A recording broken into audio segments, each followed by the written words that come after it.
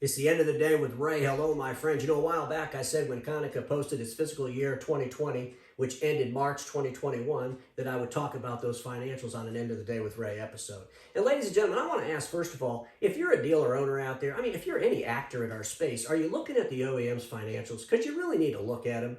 You know, you can't just allow the analysts that are in the space to post whatever they want to post about the OEMs, because a lot of times the OEMs will whitewash some of the things, or they'll post stuff that, you know, basically nobody's paying attention to. I think we need to dissect them. I think the analysts need to ask questions, and we need to start asking different questions so we can get the answers we need, not the answers the OEMs might want us to get. And it's not just about Konica, it's all the OEMs. We're in a declining marketplace that's challenging our industry in ways that it's never been challenged in its history. And those challenges aren't going away. Those challenges are only going to ramp up.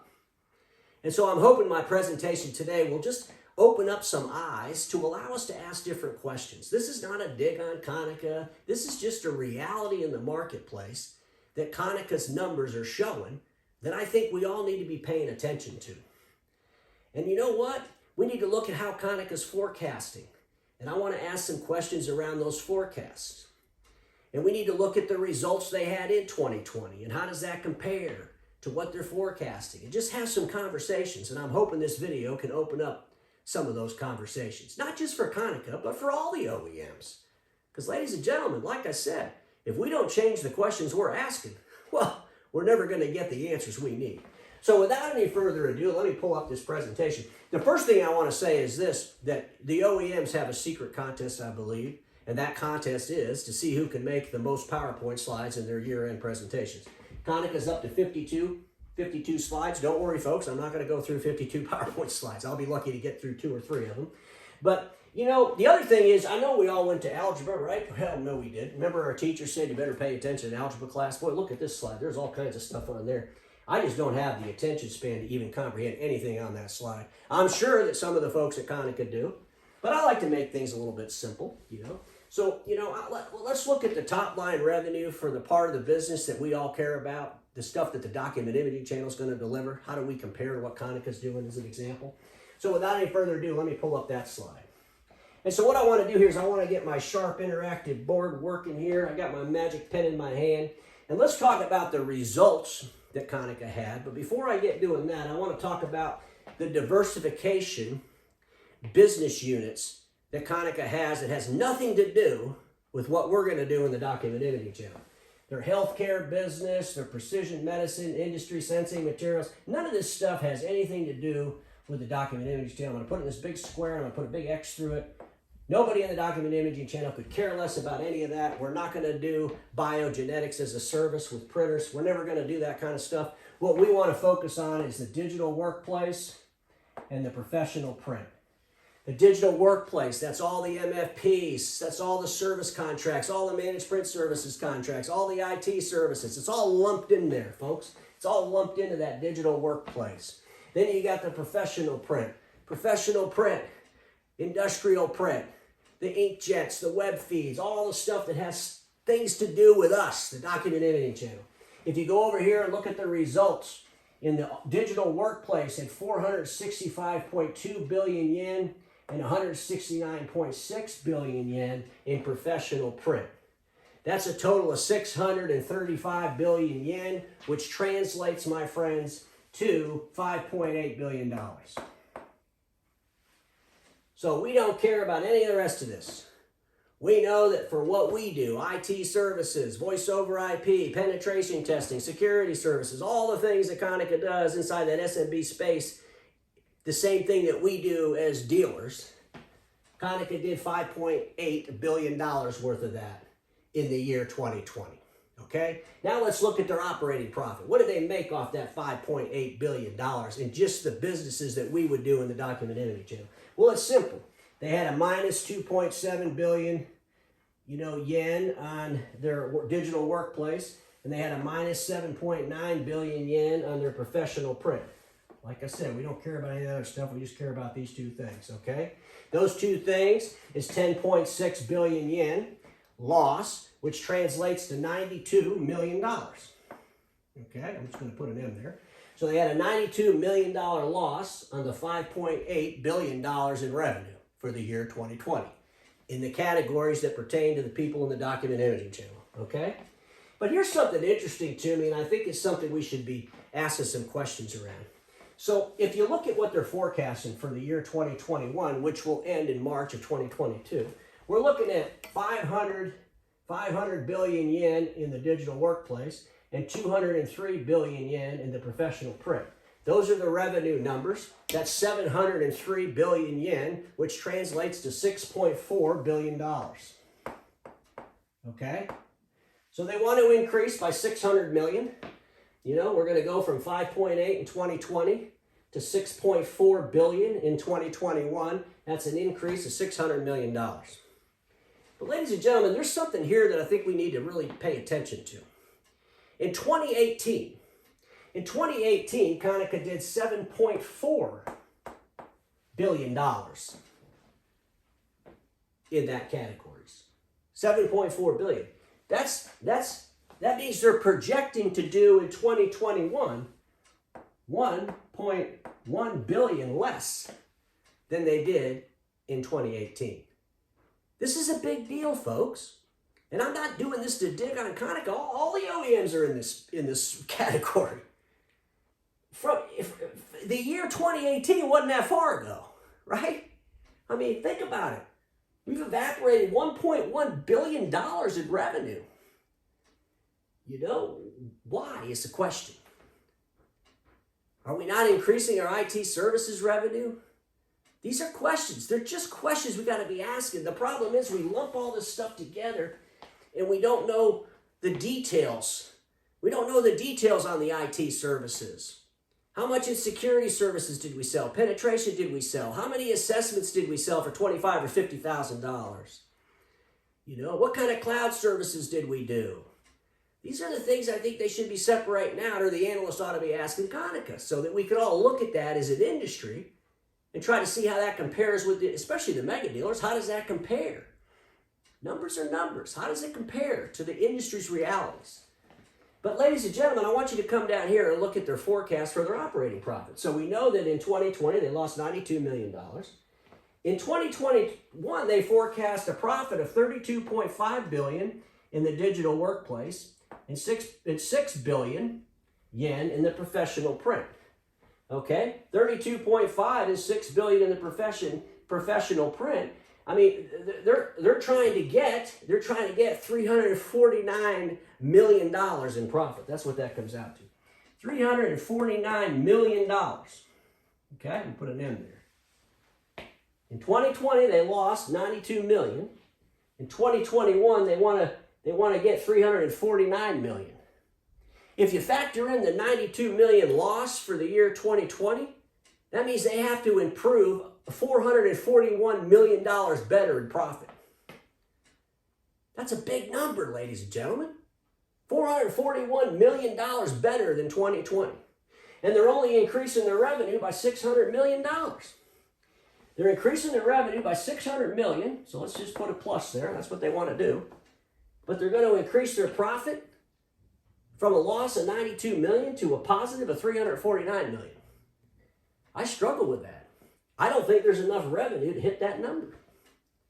I mean, I don't, folks. I mean, if you think about it, $441 million better in profit is $110.2 million per quarter. Now, we'll know where they end up in their first quarter, which will end, this month, next month, June, it'll end. So we'll see how that pans out. But I wish them well. I hope they can do it. But I don't know how you can increase your revenue by $600 million and expect to increase your profit from where you were in 2020 by over $400 million. I just don't see how that's possible. And ladies and gentlemen, I think the thing we got to pay attention to is this loss of $1.1 billion. And like I said, that's not just a Konica scenario, that's everybody. So we have to address that. If we're losing that kind of revenue, where do we make it up? And when you look at Konica with their IT services and all the things they've diversified into, you would hope they could increase that more. But I don't see that happening. I don't see that happening. And ladies and gentlemen, there's something that, let me clear out this board right here, because there is something that I want to talk about that's a little bit that's a little bit scary to me. And I'm just going to ask the question. So, they analyzed their fourth quarter. And this presentation they put together, by the way, I want to give Konica kudos. It's very detailed. There's a lot of stuff in there. It takes a long time to read all this stuff. But, I just look for the things that kind of jump off the page at me. So let me get my pen working here again, because this kind of jumped off the page at me. They're talking about their IT services business, IT services, okay? And I want to read this paragraph, and I want you to digest this with me as I read it. In ITS, the margin of revenue increase expanded, driven by workflow solutions for educational institutions in the U.S. and for local governments and financial institutions in Japan and so on. The word I want you all to focus on is driven by workflow solutions. This is where I get a little frustrated, not only with Konica, but even the mega dealers. When we start, we got to define IT services more. How are we going to know how we're growing that? I mean, when they're talking about IT services, in Konica's case, I'm thinking of all covered. I'm thinking of penetration testing, security services, cloud services, backup services, detailed assessments that are fee-based. I'm thinking of, customers paying $10,000, $20,000 for services. I'm not thinking of document management and print audit and all these other things. I'm thinking of everything outside of print. But it seems to me that Konica's looping in the workflow as part of their IT, and I'm afraid a lot of our dealers do that too. But these are the questions we should be asking. The analysts need to be asking these questions at Konica. I'm from the grocery business. Maybe, I don't know, grocery people are simple-minded. I don't know. But we always looked at same-store sales. And I did a video on this a while back, and I think the Document Imaging channel really should pay attention to this. What is All Covered's revenues as All Cover existed the day that Konica bought them in 2010 compared to now? What is that? What happened there? What left that Konica did, that All Covered was doing in 2010, what don't they do anymore that was substituted maybe by workflow applications and things? Or I like to say, how is it hijacked by the print world? Because that happens. That happens to all the channel. They get into IT, and then some of those good intentions get hijacked by things around print. But ladies and gentlemen, that's concerning to me, because Konica is a major player in the space. They're doing a lot of things that dealers aspire to do, and I really wish they would clarify what their IT services really is, and the revenue from that in the buckets accordingly. Would be really nice to know. But, ladies and gentlemen, there's something else that's missing in this 52-page report. And if it's there, I couldn't find it. But, it's around A4. And this is a little troubling to me, because they're not talking about A4 at all. They're talking about A3. They're talking about the workplace hub, the machine with the computer in it. Folks, here's the deal. Frank Canada said it a couple weeks ago on his Fridays with Frank. Maybe it was last Friday. I did a video talking about it. But he said, if you believe you're going to replace all those A3s with A4s, you're crazy. You're not. If you believe you're going to replace all those A3s with A3s, excuse me, you're crazy. They're going to be A4s, a lot of them. But in this report from Konica, I don't see them talking about A4s. In other words, do they really believe that every A3 they got in the marketplace is going to be a workplace hub or another A3? Are they putting any conditions in play for the reduction of revenue going from A3 to A4? I'm just asking the question because I don't see it in there. I will give Konica kudos. I think they're one of the best in the industry for managed print services of other people's printers. They do quite well with that. I mean, I think it's probably Xerox and then Konica for how many printers are actually under a managed print service agreement. Konica does well at that. But those aren't their printers.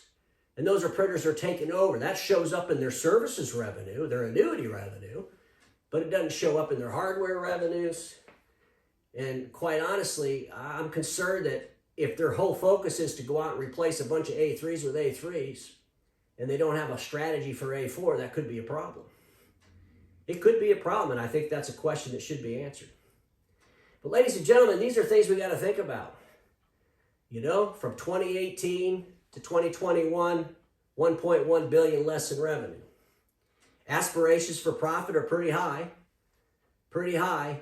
I mean, if you think about it, they had a $92 million loss, folks. What is that? $23 million per quarter loss in their 2020 year. Against $110 million better profit from a 23 million loss per quarter to a betterment of 110 million per quarter? I don't know. It just seems like those are bold numbers. Those are bold numbers. I hope they get them. I hope they prove Ray to be a nut. Who knows? But I would like the industry, all the actors in the industry, to start looking at the financials of the OEMs and start asking some questions. Start doing some webinars on the financials. Start doing some webinars where you're sharing your best practices around your IT business. And that's not just Konica, that's all the OEMs. You know, do them in private if you want. Make the dealers sign NDAs. It doesn't matter. They're your partners. Why are we trying to hide everything and always trying to make everything sound so great? It's not great, folks. It's not great. If you're not concerned about $1.1 billion difference in revenue from 2018 to 2021, you're insane. And just because you're running some little dealership down there and you're growing, because you did 300,000 last year, and this year you're doing 400, that has nothing to do with an industry in decline. You know, just because you're a mega dealer and you've not bought a whole bunch of dealerships and added revenue to you, that's not growing. And folks, here's the other question I got to ask Konica. You know, they're getting rid of some of these direct operations. Well, they're turning retail dollars into wholesale dollars. How much more of that do they have to do? Because the only way they could get to that number is to cut costs. They cannot sell their way out of it, and they're not even projecting to sell their way out of it. They've only increased their revenue by $600 million in their projection. That's it. But they're going to do 340-something billion or million in profit? The only way they're going to do that is to cut. What are they going to cut? Well, getting out of the direct operation, giving that to a dealer and switching that to wholesale dollars from retail dollars. Hopefully those costs that you eliminate offset the difference between wholesale and retail. Ladies and gentlemen, whatever they do, it's going to be painful, obviously, because they got to do something. And this is where I talked about how relationships are going to get stressed. But the most important thing out of today's video is, can we as an industry start really having conversations around, you know, the realities of our market? Can we have adult conversations instead of fantasy conversations, nutty conversations?